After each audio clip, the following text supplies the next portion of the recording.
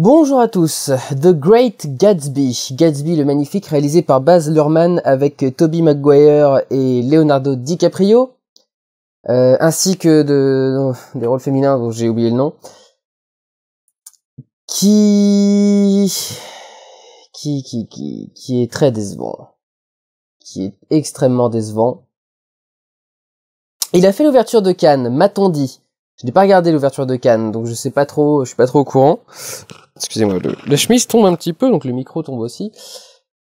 Alors je sais pas ce qu'ils en ont pensé à Cannes. En tout cas, moi, j'ai pas du tout apprécié. Je l'attendais énormément en plus parce que j'ai énormément aimé Moulin Rouge. Je n'ai toujours pas vu Roméo et Juliette et Australia, mais je m'y mettrai un jour. Mais vraiment, Moulin Rouge fait partie de mes films préférés, même si j'en ai pas parlé quand j'ai fait mon classement et que voilà. Mais si, c'est un de mes films préférés. Et du coup, Gatsby avait quelques relents de Moulin Rouge, mais je ne pensais pas qu'il les aurait à ce point. C'est-à-dire que vraiment, quand on regarde Gatsby le Magnifique, on a l'impression de voir un remake de Moulin Rouge, mais raté. Parce que, pour énormément de raisons différentes, disons que l'histoire était déjà plus proche de nous. Je crois que la grosse différence en plus entre les deux, c'est quand même que Moulin Rouge, c'est l'histoire de ceux qui n'ont pas de thunes, et Gatsby, c'est l'histoire d'un mec qui a plein de thunes. Et c'est vrai qu'en ce moment, on a du mal à voir des gens qui ont plein de thunes, et surtout, on peut pas les plaindre. Peu importe ce qui leur arrive dans leur vie, on peut pas réussir à être triste pour eux. Enfin, ça devient très compliqué. On y arrive encore. On a de l'affection pour Tony Stark, par exemple. Mais c'est quand même très compliqué. Et là, pour le coup, surtout avec une simple romance amoureuse comme ça, il y a vraiment un truc qui prend pas du tout dans cette sauce. Ce n'est pas la faute des acteurs qui sont bons.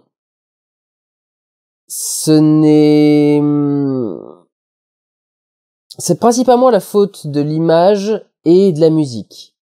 La musique, il a refait son duo avec Craig Armstrong, qui quand même était le duo gagnant de Moulin Rouge.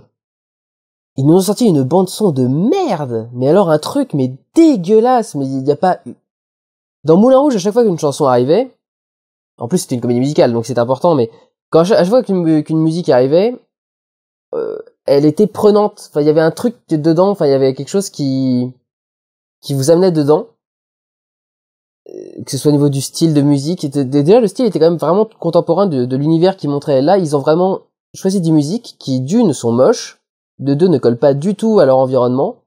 Et on peut même pas jouer vraiment sur le décalage entre la musique et l'environnement, qui des fois peut être intéressant. Faut regarder Marie-Antoinette de Sofia Coppola, qui met de la musique, de la pop rock complètement actuelle dans Marie-Antoinette.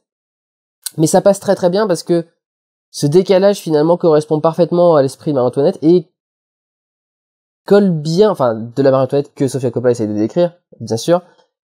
Mais là dans Gatsby, c'est en gros Gatsby, je trouve n'a pas. Alors, je parle de Gatsby dans le film. Je n'ai pas lu le roman, bien évidemment, vous me connaissez, j'ai pas lu beaucoup de classiques à part quelques Zola. Mais Gatsby dans le film n'est pas un personnage avec une personnalité très développée. En gros, il fait tout pour faire ce que la société aime bien. C'est ce que la société aime voir, ce que la société aime entendre, ce que la société aime savoir. Donc en gros, il veut ce que tout le monde veut en fait. Et ça n'est pas très motivant. Et en termes de personnalité, du coup, ça veut dire que on lui met les musiques un peu la soupe que tout le monde aime bien bouffer ou les trucs. Enfin voilà, espèce alors, en plus, ça m'a pas vraiment marqué. Déjà, j'en ai pas reconnu. Alors je sais que j'ai une culture musicale absolument terrible. Je n'écoute quasiment jamais de musique. Mais là vraiment, enfin, je sais pas ce que j'ai entendu. Et ça colle pas. Enfin, disons que ça colle avec l'esprit de Gatsby, mais l'esprit de Gatsby est tellement bateau qu'on s'en fout en fait que cette musique soit là. Et s'il avait eu une personnalité plus spécifique, une musique qui lui correspond aurait sans doute été mieux venue. Là, c'est beaucoup trop moderne pour ce qu'on nous montre. là où Moulin Rouge avait réussi à très bien adapter avec des orchestres symphoniques, des choses actuelles, à part leurs percussions qui étaient pas des percussions d'époque, qui étaient beaucoup plus des percussions modernes, le reste c'était vraiment de l'instrumentation symphonique orchestrale classique.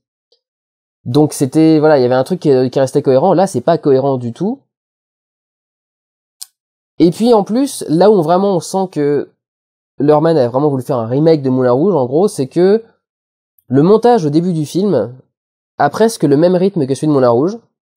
Mais là où celui de Moulin Rouge était aidé par la musique, c'est-à-dire que la musique et le rythme effréné de la musique faisaient qu'on excusait le rythme de montage, qui effectivement était un peu rapide, mais alors déjà pas tant que ça. Enfin, personnellement, le montage de Moulin Rouge me perturbe pas particulièrement. Mais en plus, il était pardonné par le rythme de la musique et par la folie des personnages à l'écran. Là, pour le coup, au début du film, le montage est épileptique, mais il n'est pas appuyé par le rythme de la musique. Par exemple, on change pas d'image à un moment où on a un gros point de grosse caisse ou un truc particulier. Enfin voilà, un événement musical intéressant pour en faire un point de montage. Et les personnages n'ont pas l'air d'être dans ce rythme ultra accéléré, c'est-à-dire que ils ont une petite vie bourgeoise légèrement bohème, mais ils sont pas aussi rapides que les Gatsby par exemple. À partir du moment où Gatsby, et ce qui est bizarre, c'est qu'à partir du moment où Gatsby arrive à l'écran, le rythme ralentit. Ce qui est complètement paradoxal parce que c'est lui qui devrait au contraire donner le rythme du film. C'est quand il arrive que le rythme devrait être effréné. C'est le cas quand il est avec sa bagnole et qu'il va à fond la caisse sur la route et que là, enfin vraiment, on sent toute l'excitation du personnage, à quel point ça le motive d'être au volant et à quel point il adore, voilà, la vitesse, vivre. Et c'est là que ça se ralentit. Donc c'est vraiment très très bizarre. C'est vraiment pas passionnant. Enfin, en plus, ça fait 2h20 de film. 2h20 de film sur un mec qui se lamente parce qu'il a pas eu la nana de ses rêves. Enfin, franchement, c'est très très vite saoulant. La morale, en plus, est vraiment bizarre et bancale. Alors, je pense que la morale vient beaucoup plus du bouquin que de Baz Luhrmann, mais il y a un truc très étrange dans cette morale que j'ai du mal à saisir, en fait, pleinement. C'est-à-dire que je vois le message principal, mais tout ce qu'il y a autour soit est en contradiction, soit ne le valide pas plus que ça, au mieux. Donc c'est un gros sentiment de gâchis, d'autant que la 3D, puisqu'il est temps d'en parler, est mauvaise. Mais vraiment, venant d'un mec pareil, ça m'étonne que la 3D soit aussi plate. Alors déjà, à beaucoup de moments, on a du mal en fait à se rendre compte de la profondeur à cause du rythme de montage. Donc je fais attention quand je dis ça, les gens pensaient au début de la 3D que il fallait ralentir le rythme de montage quand on était en 3D parce que les gens voyaient moins bien. Je disais que c'était faux, c'est pas faux, c'est que c'est pas exactement ça. C'est que quand le montage en 3D est trop rapide, on n'a pas le temps d'apprécier la profondeur de la 3D. C'est-à-dire qu'on n'a pas le temps d'avoir un élément dans le décor qui nous rappelle la profondeur. Généralement, on a le personnage et puis on a le fond, et puis quand on essaie de bien faire une 3D, on essaie d'avoir un élément qui soit juste en bord de cadre par là ou ici, voilà, un truc quelque part au bord de cadre, flou de préférence, pour nous montrer il y a un plan ici avant le personnage que vous voyez et ensuite il y a quelque chose derrière. Et ça, on met un petit peu de temps en fait à le trouver. On met un peu de temps à apprécier un plan en 3D. Et effectivement, le rythme de montage rapide du début fait que il y a des plans dont on se rend compte de la 3D, et il y en a d'autres on n'a pas assez le temps de s'en rendre compte. Il y en a dont la 3D est suffisamment poussée pour qu'il n'y ait même pas besoin de chercher à retrouver des points de repère dans la 3D. D'autres qui sont vraiment trop rapides, et du coup on n'a absolument pas le temps d'apprécier la profondeur. C'est pas ça, c'est qui n'ont vraiment aucun autre indicateur de profondeur que la profondeur elle-même en fait. Il n'y a pas d'élément de décor pour nous indiquer la profondeur, il y a que la profondeur créée par la caméra. Et elle n'est pas suffisante pour nous le permettre. Et elle est vraiment pas poussée au max. Enfin, il y a vraiment beaucoup de moments où je me suis dit que la 3D aurait pu être poussée beaucoup plus que ça. notamment des plans où la caméra comme ça flotte, traverse la ville, fait des trucs. Alors là, pareil, tous ces mouvements de caméra sont vraiment deux moulins rouges. Alors après, Baz Luhrmann a un style. Donc forcément, il y a des choses qui se retrouvent. Mais là, vraiment, il y a les mouvements sont tellement identiques que ça fait... voilà, quoi. Ou alors, ça fait du Burton. Il fait exactement la même chose dans tous ses films, juste en mettant un décor un peu différent. Ce qui va pas me faire aimer le Baz Luhrmann. Donc, il y a vraiment un gros gâchis, un gros problème. Et je crois qu'il y a des très bonnes critiques. On m'a dit qu'il y a des très bonnes critiques qui étaient sorties dans la presse. Franchement, je pense que la presse est payée. Ce n'est pas possible de donner aussi bonne revue à ce film, quoi.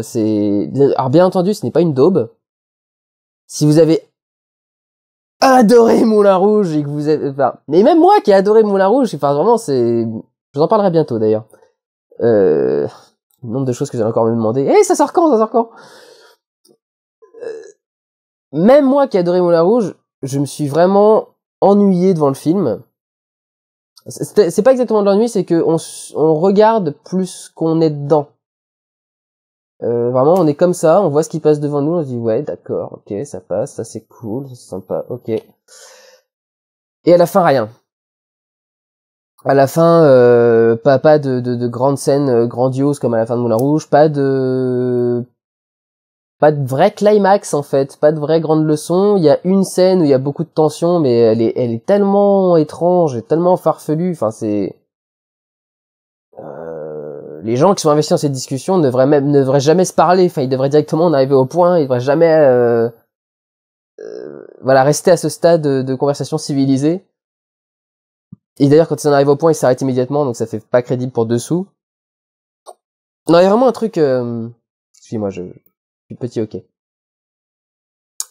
Un gros sentiment de gâchis.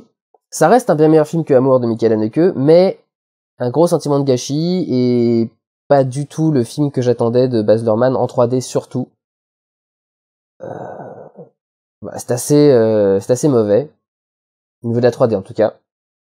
Au niveau du reste du film, c'est juste, c'est très boiteux. Voilà. Prenez soin de vous, allez voir des films. Ciao.